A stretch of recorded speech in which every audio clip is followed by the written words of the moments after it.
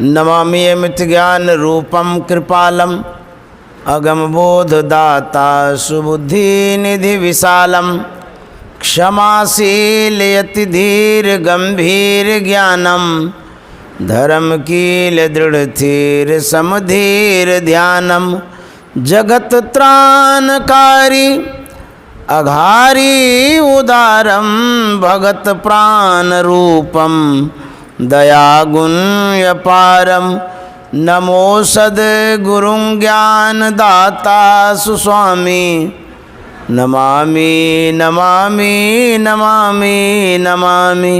श्री सद्गुरु महाराज की जय। परमाराध्य सद्गुरु महाराज गुरुदेव महर्षि संत सेवी परमहंस जी महाराज भागलपुर के सत्संग प्रेमी महान भाव माता एवं बहनों, शिव शंकर बाबू की पोती है जिसका जन्मदिन हम लोग मना रहे हैं। बच्चा का बड़ा सौभाग्य है इस धराधाम पर अभी वो आई ही हैं और डिजिटल इंडिया में आई है, क्योंकि जो एक ज़माना था जब भौतिक संसाधन का अभाव था, लेकिन अभी प्रचुर मात्रा में भौतिक संसाधन हम लोगों के सामने है। हम लोग विकसित इंडिया में रहते हैं, विकसित देश में रहते हैं और भारत का बड़ा विकास हुआ है। उस समय ये बच्ची जन्म ली है और इस घर में आई है। भक्तिन होगी कोई, इसीलिए इस घर में आए हैं और संस्कार तो उत्तम है ही। बच्चों को हम लोग संस्कारित भी करते हैं, सत्संग के माध्यम से करते हैं, पूजा पाठ करके करते हैं, यज्ञ अनुष्ठान करके करते हैं। जो 16 संस्कार है उन संस्कारों के माध्यम से भी करते हैं। तो यह बच्चे का संस्कार दिवस है, ये जो सत्संग हम लोग कर रहे हैं। आज वैसे गुरु महाराज का जन्मदिन है और इस बच्ची का भी जन्मदिन है। देखिए एक संत का जन्मदिन आज है, कुप्पा घाट में मनाया जा रहा है और इस बच्ची का सौभाग्य कहिए। मैं कुप्पा घाट में रहता हूँ, फिर भी इनके जन्मदिन को मनाने के लिए आया हूँ। कुछ देर के लिए आया हूँ, फिर चला जाऊँगा, क्योंकि वहाँ बड़ी भीड़ है। कुप्पा घाट में बहुत लोग आए हुए हैं। तो गिरवर बाबू की विशेष स्नेह है जो मैं यहाँ आ पाया हूँ। मैं तो मना कर रहा था, लेकिन फिर भी इन्होंने माना नहीं कि थोड़े देर ही सही आ जाइएगा। तो बच्ची के भाग्य से मैं आया हूँ, तो सौभाग्य से मैं सत्संग करने आ गया हूँ। आप लोग जो उनके अभिभावक हैं, बच्ची की जो माँ है, उनके लिए भी मंगल कामना करता हूँ। उनके जो पिता हैं उनके लिए भी शुभकामना करता हूँ। और ये लक्ष्मी जो आई है, लक्ष्मी की अभी देख रेख करनी है और यही जब सयानी होगी, बड़ी होगी, संसार में नाम करेगी, तो हम लोग सबके तरफ से शुभकामना करते हैं बच्ची के लिए। गुरु महाराज का जो ये सत्संग है जिसमें हम लोग सम्मिलित हैं, यह सत्संग तब मिलता है जब पुण्य पुंज एकत्रित होता है। पुण्य पुंज बिनु मिले ही न संता, सत्संगति संस्कृति कर अंता। गुरु महाराज के वचनों को हम लोग सुन रहे थे। गुरु महाराज कह रहे थे, मन तुम बसो तीसरो नैना, माता से चल दीजोरे। मन के विषय में गुरु महाराज कहते हैं, अरे मन, तुम तीसरी आँख के पास निवास करो। हम लोगों के पास दो आँख है जिसे हम लोग प्रत्येक दिन देखते हैं। एक आँख है जो आँख अव्यक्त है, ढकी हुई है, छिपी हुई है, वहाँ पर कहते हैं निवास करने के लिए। ऐसा क्यों कहते हैं? हम लोगों का जो निवास है अभी आँख में है। जीव का वासा जागृत में आँख में होता है। आँख में तो है लेकिन शिव नेत्र में नहीं है, आज्ञा चक्र में नहीं है। इसलिए गुरु महाराज कहते हैं इस मन को आज्ञा चक्र में ले जाओ। वहाँ पर ले जाने से क्या होगा? वास्तव में जो सुख चाहते हैं, शांति चाहते हैं, मन को जब आज्ञा चक्र में ले जाएंगे तब सुख और शांति मिलेगी। जीवन पर्यंत हम जो कुछ भी प्रयास करते हैं, सुख के लिए करते हैं, शांति के लिए करते हैं, तो संत महात्मा कहते हैं यदि मन को हम केंद्रित कर पाते हैं, मन को समेट पाते हैं, एक पॉइंट पर यदि मन को रख पाते हैं तो वहाँ जो सुकून शांति मिलेगी संसार के किसी वस्तुओं में नहीं मिल सकती है। संसार में जो हम लोग आए हुए हैं, संसार की वस्तुओं को पाकर के हम सुख महसूस करते हैं, लेकिन वह सुख क्षणिक है, थोड़े देर के लिए है, क्षणभंगुर है। यदि हम इस मन को अंतर्मुख कर देंगे, मन यदि समेट में आ जाता है, शाश्वत सुख मिलेगा, सदा के लिए सुख मिलेगा, जो सुख संसार में उपलब्ध नहीं है। इसीलिए गुरु महाराज ने कहा मन को आज्ञा चक्र में ले जाओ। आज्ञा चक्र में ले जाने से सदा के लिए सुख और शांति मिलेगी। इस संसार में बहुत आते हैं, आते तो हैं लेकिन यूँ ही चले जाते हैं। कोई कोई संस्कारी बिरले पुरुष होते हैं जो इस संसार में अपने आप को परमात्मा भजन में लगा पाते हैं और ईश्वर प्राप्ति के मार्ग को प्रशस्त करते हैं। हम लोग संतमत सत्संग में उपस्थित हैं। यहाँ इस सत्संग में बहुत से इतिहासों को सुना भी करते हैं। हम जानते हैं माता मदालसा को। माता मदालसा जब कुंवारी थी, युवावस्था में आई, उनके अभिभावक लोग उनसे कहने लगे कि बेटी तुम विवाह कर लो। माता मदालसा ने कहा कि नहीं, मैं विवाह नहीं करना चाहती हूँ,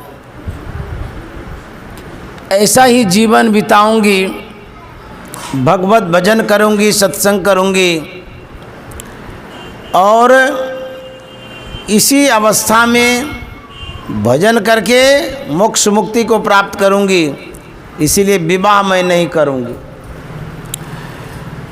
उनके जितने परिवार वाले थे सबों ने कहा सामाजिक जीवन में अविवाहित रहना लड़कियों के लिए बड़ा कठिन होता है।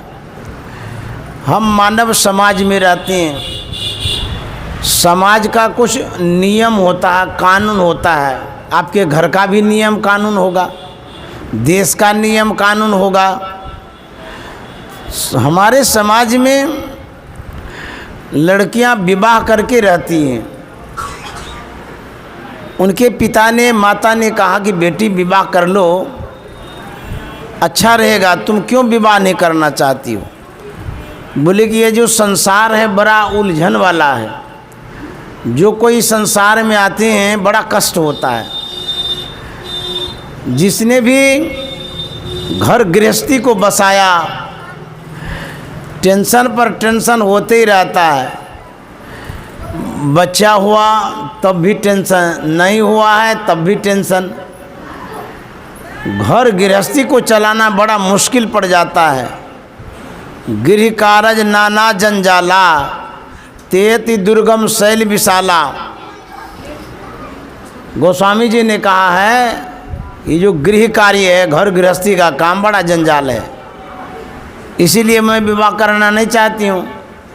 उसके बाद जो बाल बच्चा होता है, किसी किसी का संस्कारी भी होता है, किसी किसी का कुसंस्कारी होता है। जैसे रावण था, देखिए ये भी तो बच्चा ही था, राक्षस बन गया। उसके बाद बहुत ऐसे उदाहरण हैं, कुपुत्र जन्म लेता है, न विवाह करूंगी न उस उलझन में पड़ूंगी, इसीलिए मुझे छोड़ दीजिए। लेकिन उनके अभिभावक कहाँ मानने वाले, कैसे माना जाएगा? कोई कुंवारी लड़की रहे, ये समाज में उपहास होता है। उनके जो पतिदेव थे, जब वो देखने के लिए आए, बातचीत की, उन्होंने समझाया कि देखो तुम विवाह कर लो, मैं राजकुमार हूँ, तुम्हारी जैसी लड़की से मेरा विवाह होगा, दोनों के संयोग से जो संतान की उत्पत्ति होगी बड़ा संस्कारी होगा। बोले नहीं नहीं, कभी कभी ऐसा होता है, संस्कारी होता है, नहीं तो कुसंस्कारी होता है। उन्होंने समझाया, लेकिन वो मानने के लिए तैयार नहीं। होते होते अंत में माता मदालसा ने कहा था, यदि मेरी बात माने तो मैं एक शर्त पर विवाह कर सकती हूँ। उनके पति ने कहा कि क्या शर्त है, बोलो। माता मदालसा ने कहा था, जब संतान की उत्पत्ति होगी उसकी शिक्षा दीक्षा मेरे हाथों में होगी, तब मैं विवाह कर सकती हूँ। उनके पति ने कहा, इसमें कौन सी बड़ी बात है, तुम ही शिक्षा दीक्षा देना, ये शर्त मुझे मंजूर है। बात हो गई, विवाह हो गया, समय पा कर के संतान की उत्पत्ति हुई। जैसे ये बच्ची बड़ी छोटी है, अभी तो नवजात शिशु है, माँ बाप इसे अभी कुछ भी पढ़ाना सिखाना नहीं चाहेंगे।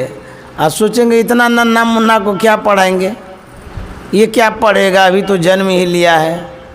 लेकिन माता मदालसा से सीख लीजिए, जैसे ही लड़का जन्म लिया, गोद में ली, और वो क्या कहते हैं, शुद्धोसी बुद्धोसी निरंजनोसी, तू शुद्ध है, तू बुद्ध है, तू है निरंजन सर्वदा।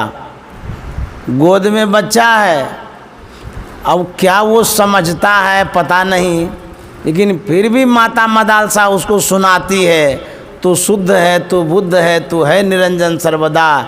ये संसार माया है, इसमें फंसना नहीं। उसकी माँ सिखाती है, सुनाती है।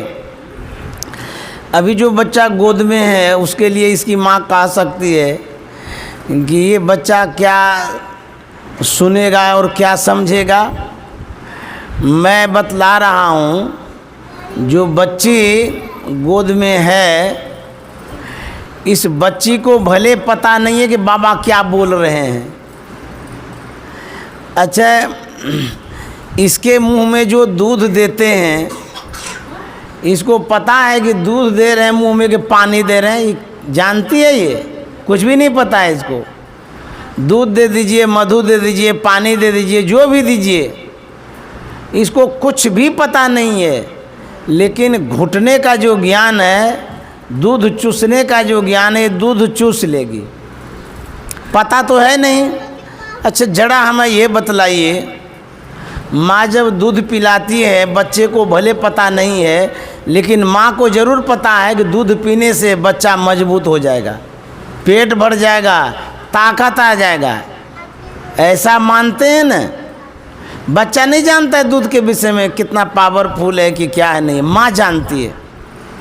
ठीक उसी तरह से मैं जो कुछ भी कह रहा हूँ उस बच्ची को पता नहीं कि मैं क्या कह रहा हूँ, लेकिन उनके कान में जो आवाज़ जाती है ये संतवाणी है, साधु की वाणी है, शास्त्र की वाणी है। इस वाणी में तो शक्ति है, वाणी तो शुद्ध है। ये वाणी जहाँ तक जाएगी वहाँ तक ये अपना काम करेगी। इसीलिए बच्चे को संस्कारित करने के लिए सत्संग की आवश्यकता होती है। जैसे माता मदालसा ने समझाया, सिखाया, बुझाया। जब बच्चा सयाना हो जाता था, क्योंकि बैरागी की बात सुनाती थी, होते होते वो घर त्याग कर देता था। अब बुझिए, इस बच्ची को भी आप जो सिखाइएगा अभी से वही ये सीखेगी। जिस शब्द को सुनाइएगा वही सुनेगी, तदनुरूप ये बन जाएगी।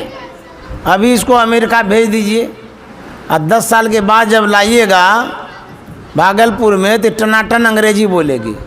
क्यों? कि अंग्रेजी देश में रह गई, अमेरिका में रहेगी तो अंग्रेजी सीखेगी। तो अभी ये बच्ची इतनी छोटी है, उस अनुकूल मिट्टी के समान है। इससे सुराही बनाइए कि जो कुछ बनाना हो बना लीजिए, बन जाएगी।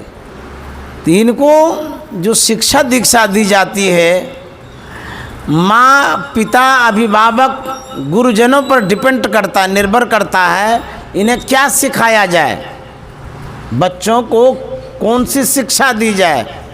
तो नहीं जानते हैं तो माता मदालसा से सीख लीजिए। इसको भी भजन सुनाइएगा तब न मीराबाई बनेगी। सत्संग सुनाइए, भजन सुनाइए, शास्त्र की बातों को सुनाइए। ये सुनती है, अभी भी सुन रही है।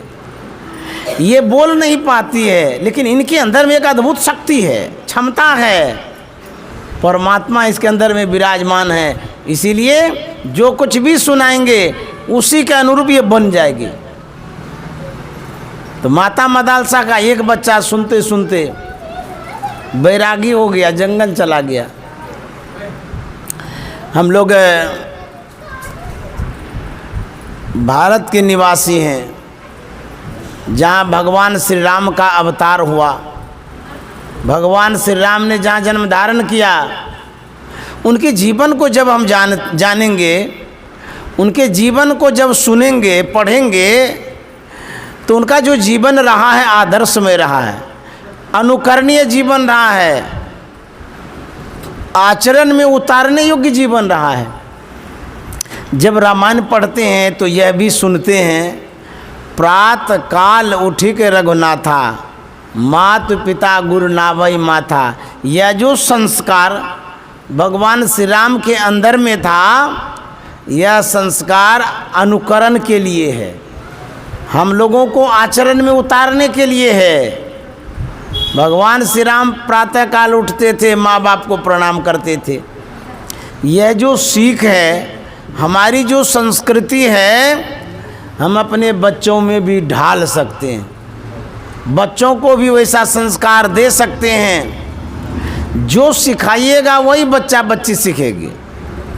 तो हम लोग पाश्चात्य देशों के अंधानुकरण में ढल जाते हैं। बच्चों को भारतीय संस्कृति की शिक्षा नहीं दे करके विदेशी संस्कृति में ढालना शुरू कर देते हैं। तो बच्चा का आचरण व्यवहार वैसा ही बनता है, वैसा ही बच्चा बन जाता है। तो हम अपने भारतीय संस्कृति में बच्चों को ढालें, भारतीय संस्कृति की जो सांचा है उसमें ढाल दीजिए। और क्या सांचा है? भारतीय संस्कृति क्या है? भगवान श्री राम का जो आदर्श जीवन है भारतीय संस्कृति का स्वरूप है। भगवान श्री कृष्ण का जो आदर्श जीवन है भारतीय संस्कृति का स्वरूप है। जितने भगवान और भगवती भारत में हुए हैं, उनका जो चरित्र है वही भारत की संस्कृति है। उनके चरित्र में ढालिए, ऋषि मुनियों के चरित्र में बच्चों को ढालिए।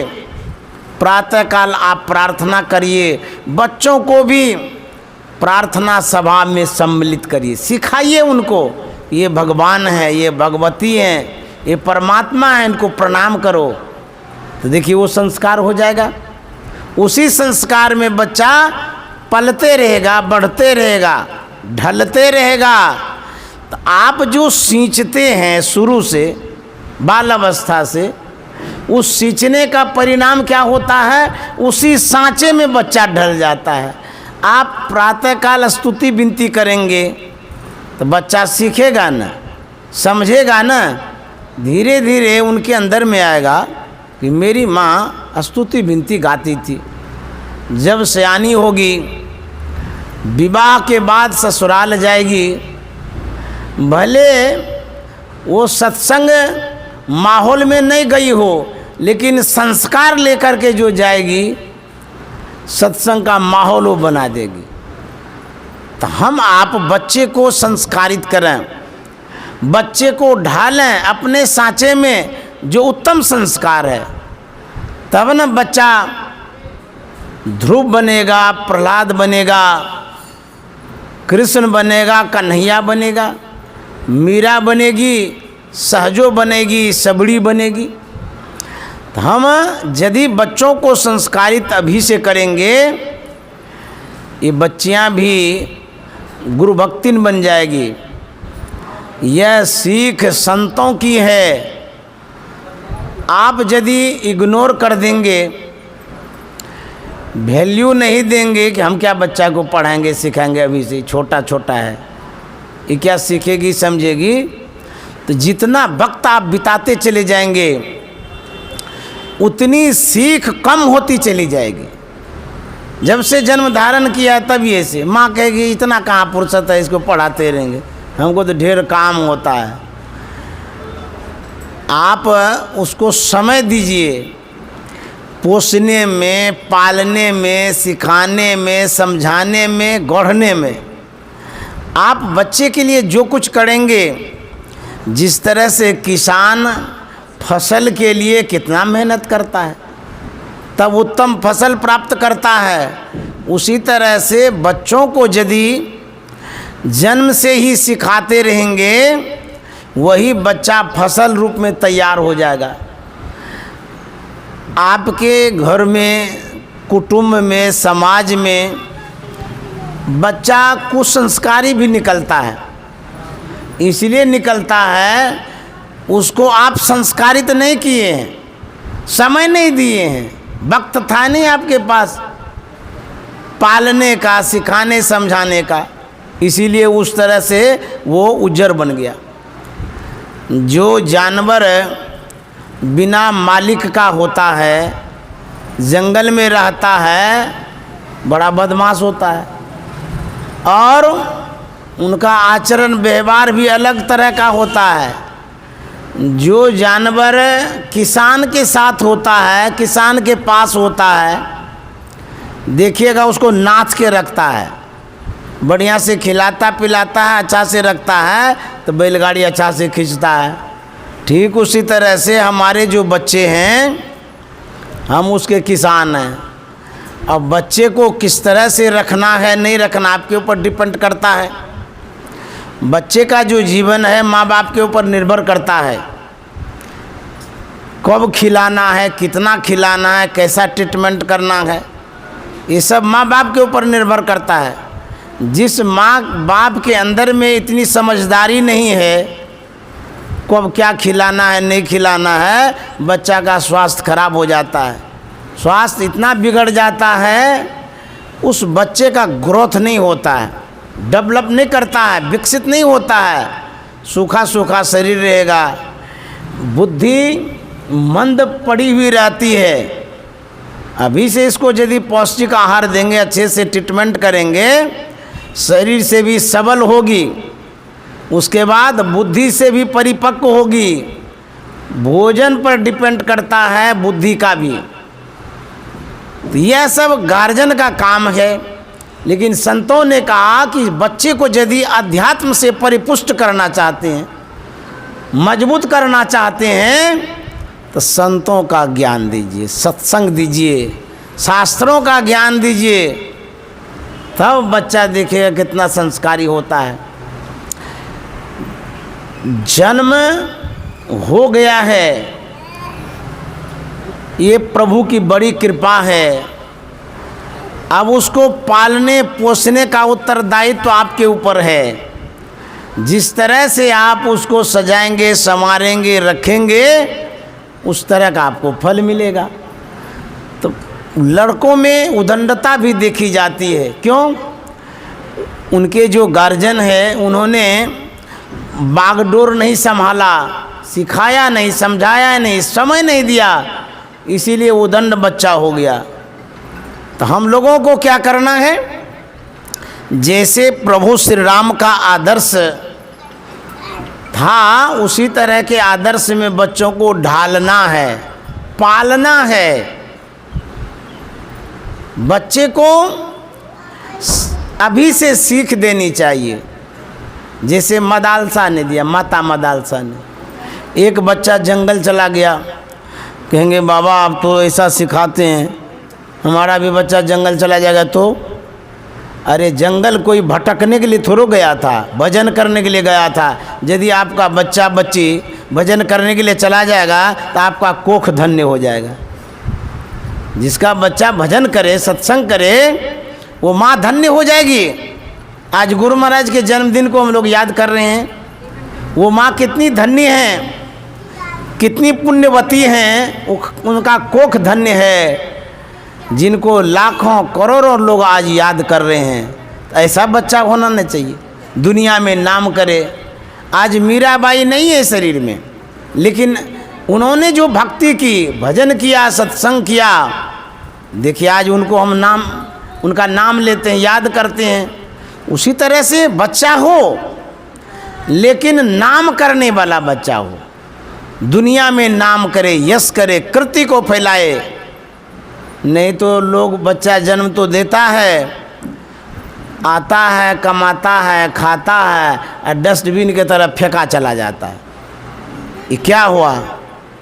कोई बच्चा यशस्वी हो, कीर्तिमान स्थापित करे, वो आपका भी नाम होता है। इसी संस्कार को देने के लिए सत्संग की आवश्यकता है। माता मदालसा का दूसरा बच्चा चला गया जंगल भगवत भजन करने के लिए, तीसरा गया, चौथा गया, पांचवा गया। इस तरह से जो भी बच्चा जन्म धारण करता था, माता मदालसा ऐसे सीख देती थी कि सब जंगल चला जाता था।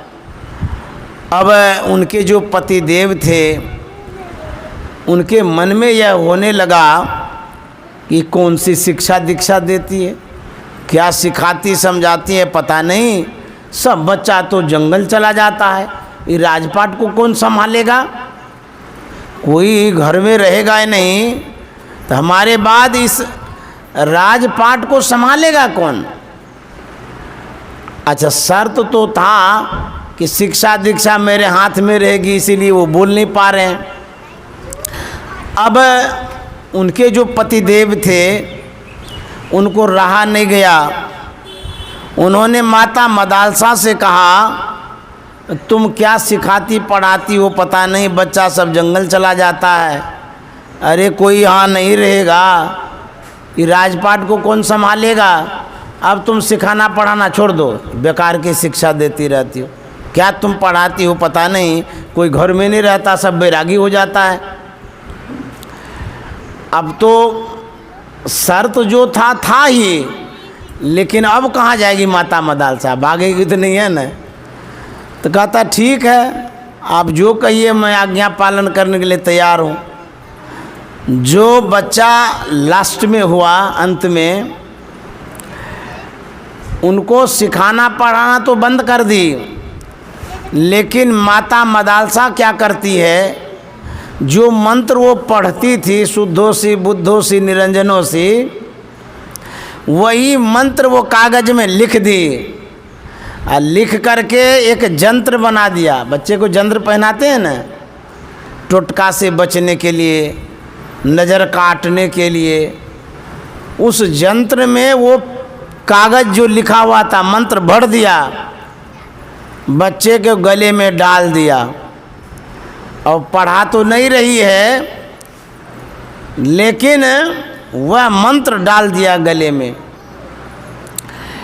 जो साधु महात्मा सब सीख देते हैं उसके अनुरूप यदि बच्चों को आप पालिए पोसिएगा तो लोक और परलोक दोनों बना देगा। ध्यान में रखिएगा बातों को, बच्चों को संस्कारित करना है अभी से। हुआ क्या, माता मदालसा जब संसार से जाने लगी, अपने बच्चों को सिखाती है। अंतिम में कोई भी माँ बाप होते हैं बच्चों के भला के लिए तो कुछ कहते हैं, अब अंतिम में क्या सिखा के जा रही है? बेटे को कहती है कि बेटा अब मैं मर जाऊंगी, संसार से चली जाऊंगी, तुमको कभी विपत्ति आवे, संकट आवे, यदि तुम समस्याओं से घिर जाओगे, कोई रास्ता तुम्हें नजर न आवे, उस दिन तुम इस गले में जो यंत्र है उसको खोल करके पढ़ लेना, देख लेना, तुमको समाधान मिल जाएगा। बस अंतिम में यही सिखा दी। सब दिन तो पढ़ाई नहीं, क्योंकि मना कर दिया था। जाने जब लगी तो अंतिम में ये जरूर कह दी कि तुमको यदि विपत्ति आएगी तो तुमको जो यंत्र गले में डाले हैं इसको पढ़ लेना। इतना ही सिखा के वो चली गई। वह लड़का राजा बना, राजकाज संभालने लगा। एक समय आता है किसी दूसरे राज्य का जो राजा था वो चढ़ाई कर देता है, उनका जितना राज्य क्षेत्र था सब घिर जाता है। सैनिकों के साथ राजा आया था, जब वो घिर गया, विपत्ति में पड़ गया, अब उसको कुछ समझ में नहीं आ रहा है। एकाएक माँ की सीख याद आई। बच्चों को जो आप सिखाएंगे वो कभी काम आता है। सिखा के रखिए बच्चों को सब बात, संसार में कैसे रहना है, कैसे जीना है, किस तरह का व्यवहार करना है, संसार में किस तरह से सुख शांति आएगी, ये सब सिखा के रखिए। आपकी बातों को याद करेगा बच्चा। जब वो घिर गया था, उनको एकाएक माँ की बात याद आई। वह सोचता है कि माँ तो कह के गई थी जब तुम्हें विपत्तियों में कोई रास्ता न मिले तब तुम यंत्र को खोल करके देख लेना। वो सोचता ही छोटा सा यंत्र है, ताबीज है, इसमें इतना बड़ा समस्या, इतनी बड़ी समस्या और इसका समाधान इसमें लिखा हुआ है। माँ की बात मान करके ताबीज को खोलता है, छोटा सा पेपर निकला, उसको फैलाता है, उसमें लिखा हुआ था क्या, शुद्धोसी बुद्धोसी निरंजनोसी, ये संसार माया है, इसमें फंसना नहीं, भगवत भजन ही सार है। संस्कारी था, जैसे ही पढ़ा वैराग्य हो गया कि अच्छा ये संसार तुच्छ है, माया है, क्षणभंगुर है। जानते उन्होंने क्या किया? उस राजा को अपने पास बुलाया जो चढ़ाई किया था, उनसे कहता है कि आप सहर्ष मेरे राज्य को अपने जिम्मे ले लीजिए, मैं देने के लिए तैयार हूँ, आप राज शासन संभालिए, अब मैं चला भगवत भजन करने के लिए। देखिए माँ की सीख कैसी होती है। इस तरह से माँ सिखाती है बच्चों को।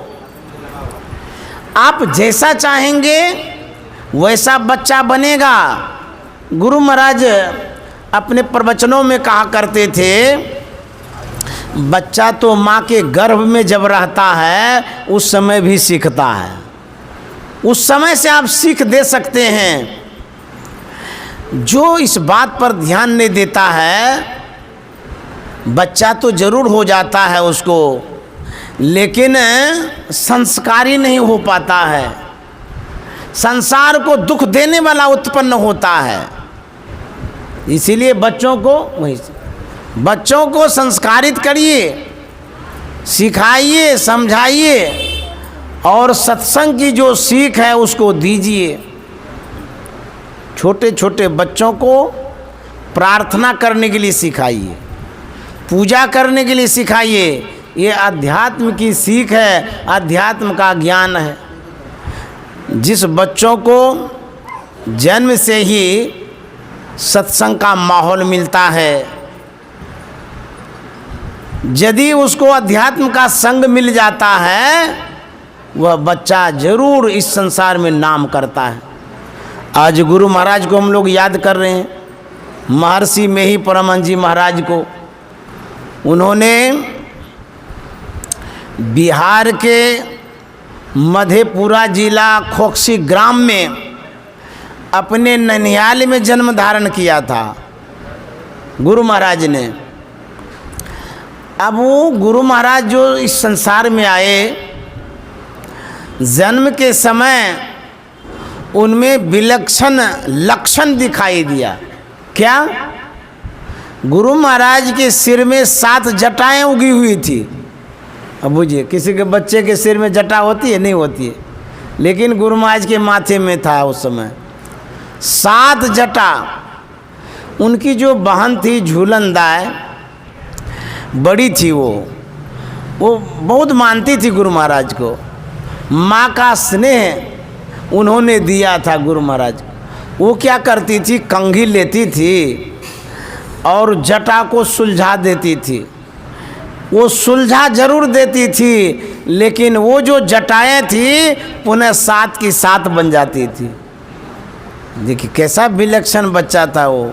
गुरु महाराज कैसे थे, इस तरह से वो संसार में आए थे, संत बन कर के ही आए थे, भगवंत बन कर के ही आए थे। कोई भी व्यक्ति जब जन्म धारण करता है, यदि वो विशेष व्यक्ति होता है, तो बालपन से ही उसमें कुछ विलक्षण लक्षण परिलक्षित होता, दिखाई देता है। कुछ न कुछ अद्भुतता नजर आएगी, चाहे बच्चा हो या बच्ची हो।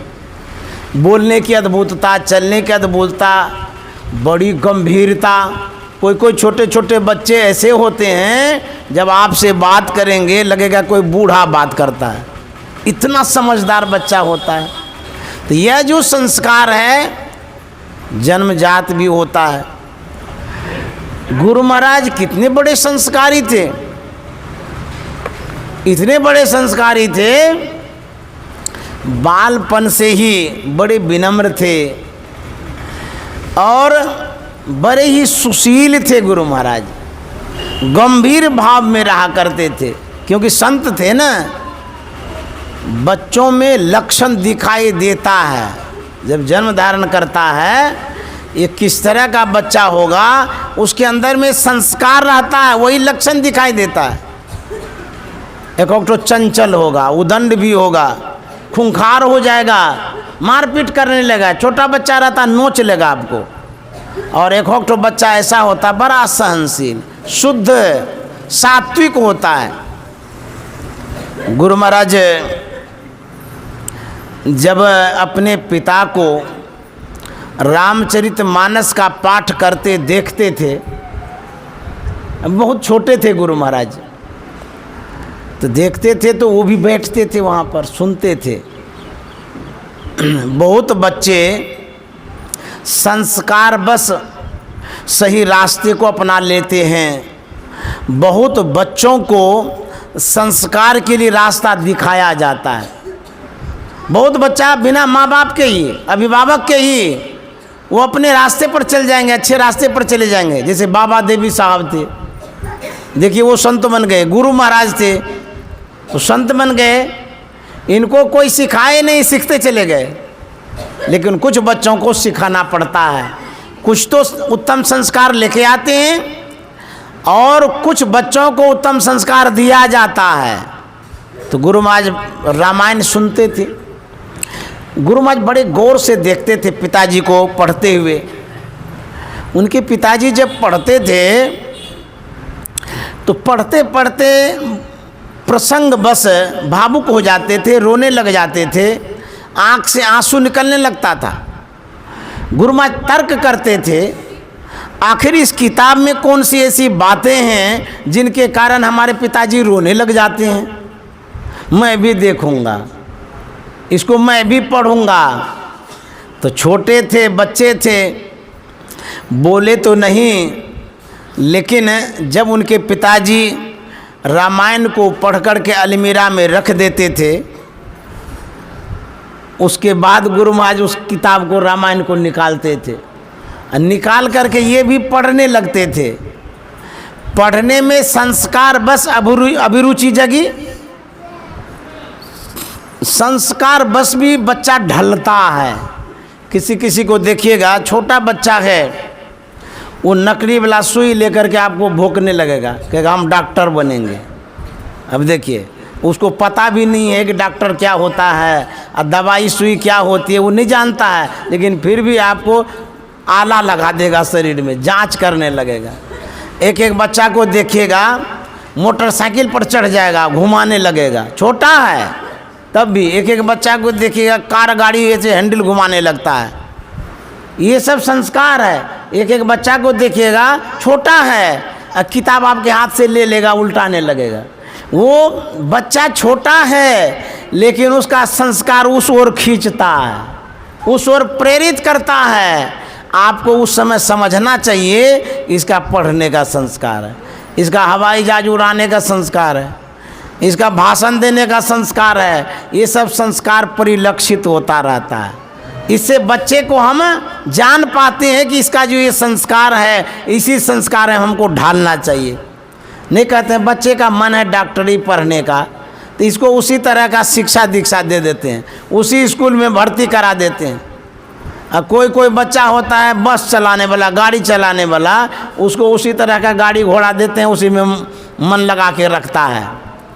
तो बहुत संस्कार हमारा पिछले जन्म का होता है, बहुत संस्कार हम इस जन्म में माँ बाप से, गुरुजनों से, पुरजनों से पाते हैं। इस तरह का जो संस्कार है हम बच्चों में डालते हैं। भारत के भविष्य बच्चे ही तो होते हैं। यदि भारत को ऋषि मुनियों का देश बना के रखना चाहते हैं, अपने बच्चों को अभी से उस तरह की शिक्षा दीजिए, ऋषि मुनि वाला शिक्षा।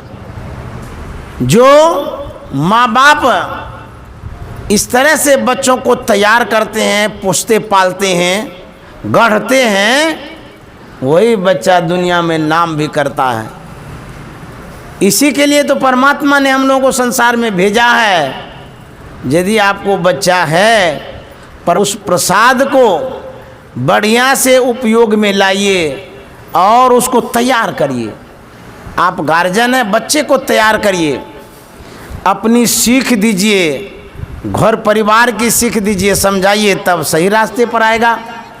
जब वो रामचरितमानस पढ़ने लगे, पढ़ते पढ़ते एक पद्य को पढ़े, देह धरे कर यह सुभाई, भजिए राम सब काम बिहाई।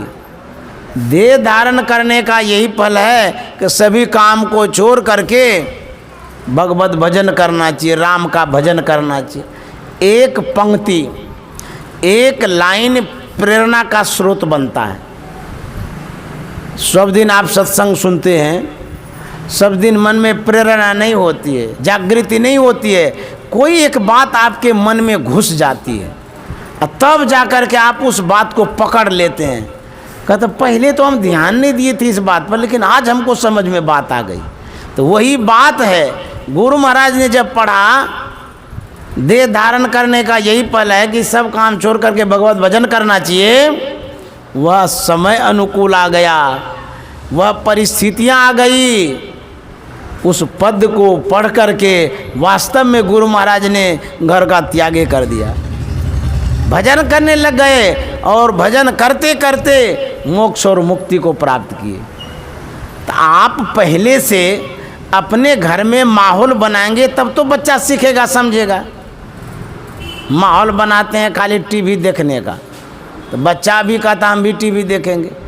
माहौल बनाते हैं गपियाने का, तो बच्चा भी गपियाने लग जाता है। माहौल बनाते हैं खाली मोबाइल का, आपसे मोबाइल बच्चा छीन करके वो भी देखने लगता है, और नहीं दीजिएगा ना रोने लगेंगे।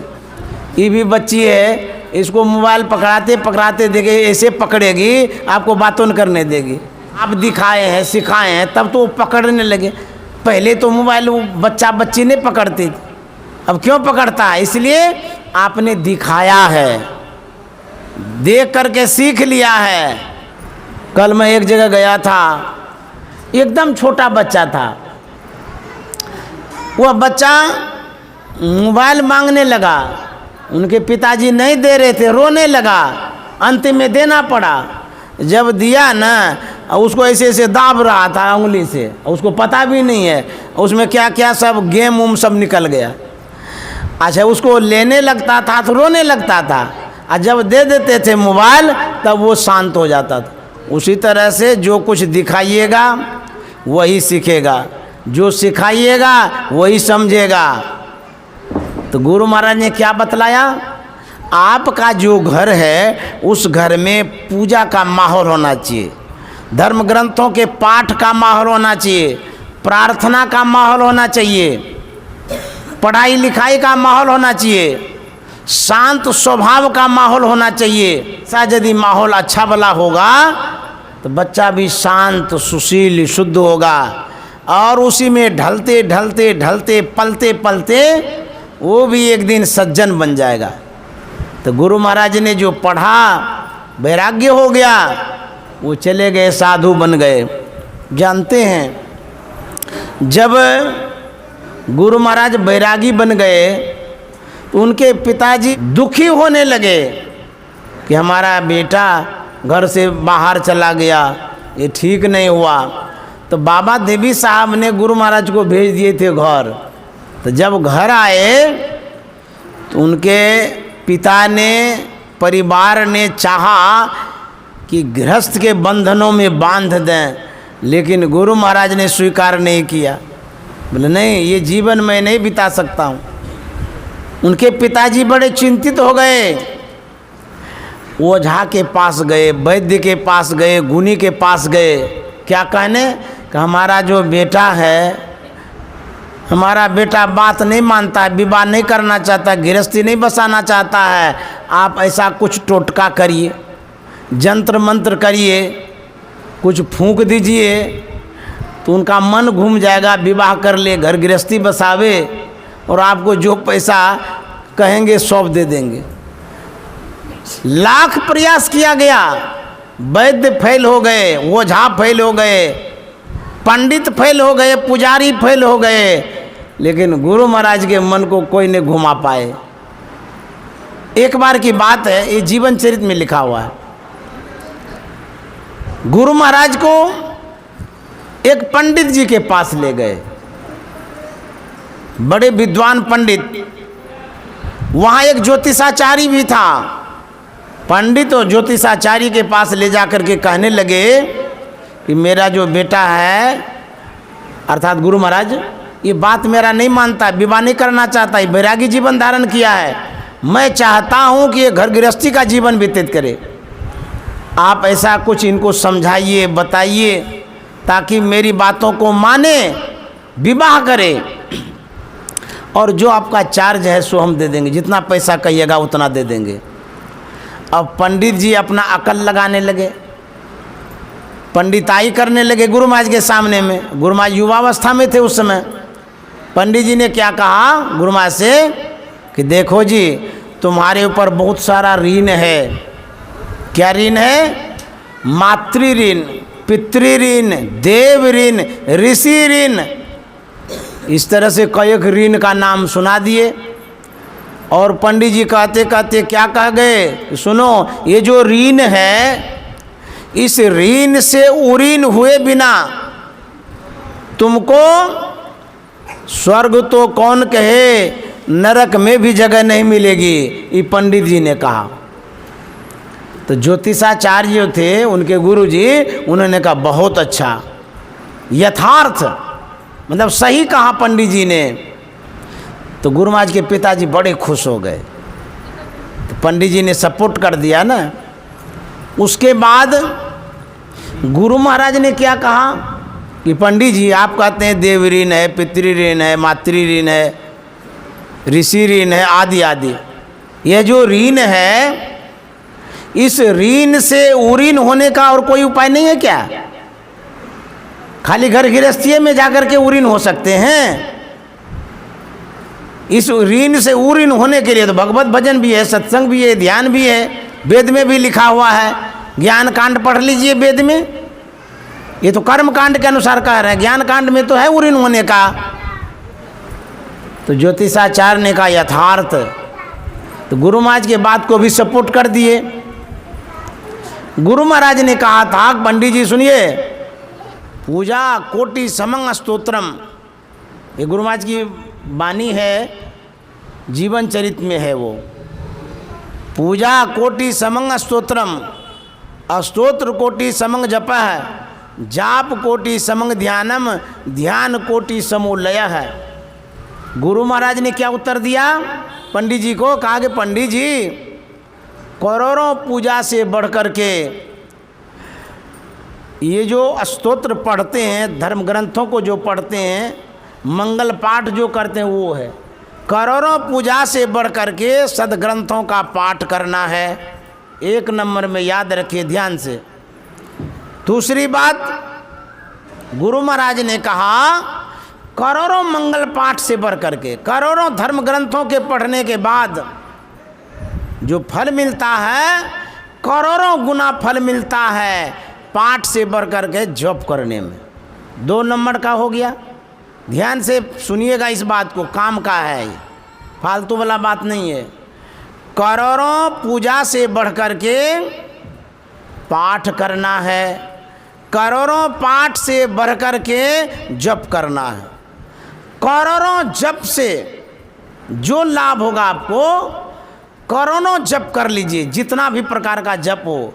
करोड़ों जप से बढ़ कर के ध्यान बतलाया गया है। अब कितना करोड़ है जोड़ते रहिए। करोड़ों ध्यान से बढ़ कर के मन को लय करना है। अब गुरु महाराज ने कहा पंडित जी ये बतलाइए, जब मन को हम लय करेंगे तो कितना पुण्य होगा, कितना धर्म होगा, क्या हम ऋणीय रहेंगे कि उरीन भी हो जाएंगे? ज्योतिषाचार्य ने कहा यथार्थ, बहुत अच्छा। बोले नहीं नहीं, जो मन को लय करता है, जो मन को नाद में लगा देता है, शब्द में लगा देता है, उससे बढ़कर के कोई पूजा ही नहीं है। यह जो पूजा है, इन पूजा से सभी ऋण से आप उरीन हो जाते हैं और कोई ऋण रहता ही नहीं है। तो फिर गृहस्थी में खाली उरीन होते हैं। तब पिताजी के मन में बड़ा दुख हुआ ये सुन करके। गुरु महाराज के पिताजी ने कहा कि ज्योतिषाचार्य जी आप तो दोनों तरफ में हाँ हाँ भर देते हैं, पंडित जी कहते हैं तो उसमें भी हाँ बोल देते हैं, और ये हमारे बेटा जो कहते हैं उसमें भी हाँ कर देते हैं, दोनों यथार्थ ही कहते हैं। कोनो एक बात बोलना चाहिए ना आपको। अब ज्योतिषाचार्य क्या कहता है, देखिए ज्योतिष ऐसे नहीं बनता है, बहुत पढ़े लिखे होते हैं वो लोग, तब हाथ सब देखता है वो सब। ज्योतिषाचार्य क्या कहता है, देखिए हमारे जो पंडित जी हैं, इनकी जो पढ़ाई है कर्मकांड की है। कर्मकांड में ये बात लिखी हुई है, ये सब ऋण होता है, उस ऋण के लिए कर्मकांड करना पड़ता है। तो कर्मकांड के अनुसार हमारे पंडित जी यथार्थ कह रहे हैं, सही कह रहे हैं। लेकिन आपके जो पुत्र हैं, इनको तो पता नहीं होगा शास्त्र के विषय में। इतना छोटा लड़का कैसे जानता होगा वेद पुराण? लेकिन ये जो बोल रहे हैं ये ज्ञान कांड की बात है। तो ज्ञान कांड के अनुसार सभी ऋण से उरीन हुआ जा सकता है ध्यान करके।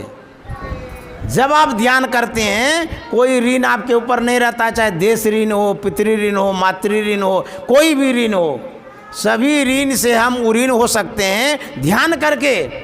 तो आपका जो पुत्र बोला है ये ज्ञान की बात बोला है, वेद की बात बोला है, और यथार्थ है ये बात। इस बात को हम काट नहीं सकते हैं।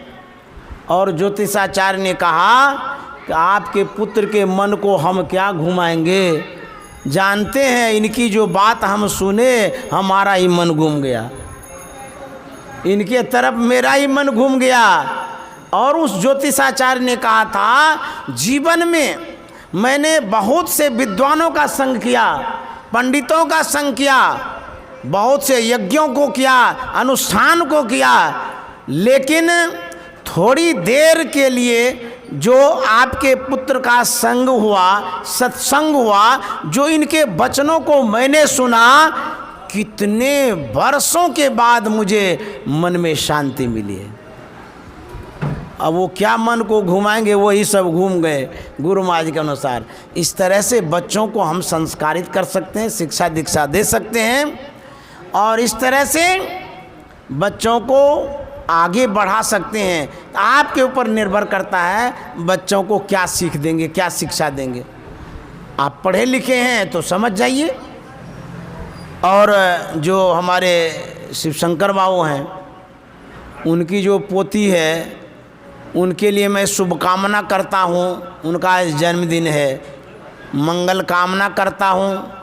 अभी तो नवजात बच्ची है, लेकिन अच्छे घर में आई है, सज्जनों के घर में आई है, सत्संगियों के घर में आई है। वो पलेगी, बढ़ेगी और संतवानियों के संस्कार से संस्कारित होगी।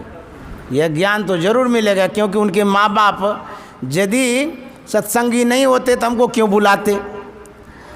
आज जो संस्कार उस बच्चों पर हम लोग डाल रहे हैं, इसी से वो भक्तिन होगी, सहजोबाई, मीराबाई, सबड़ी बाई बनेगी।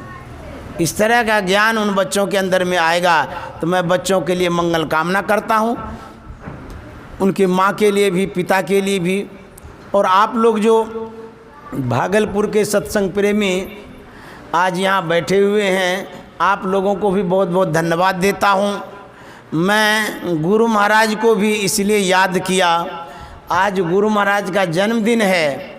अभी मैं यहाँ से जाऊँगा, फिर वहाँ के कार्यक्रम में सम्मिलित होऊंगा। सुबह तो मैं पुष्पांजलि करके आया ही था और अब मैं यहाँ से जाऊँगा, वो कार्यक्रम में भाग लूँगा। मैं गुरु महाराज के चरणों में भी प्रणाम करता हूँ, श्रद्धांजलि अर्पित करता हूँ, पुष्पांजलि अर्पित करता हूँ और गुरु महाराज को कोटि कोटि प्रणाम करता हूँ।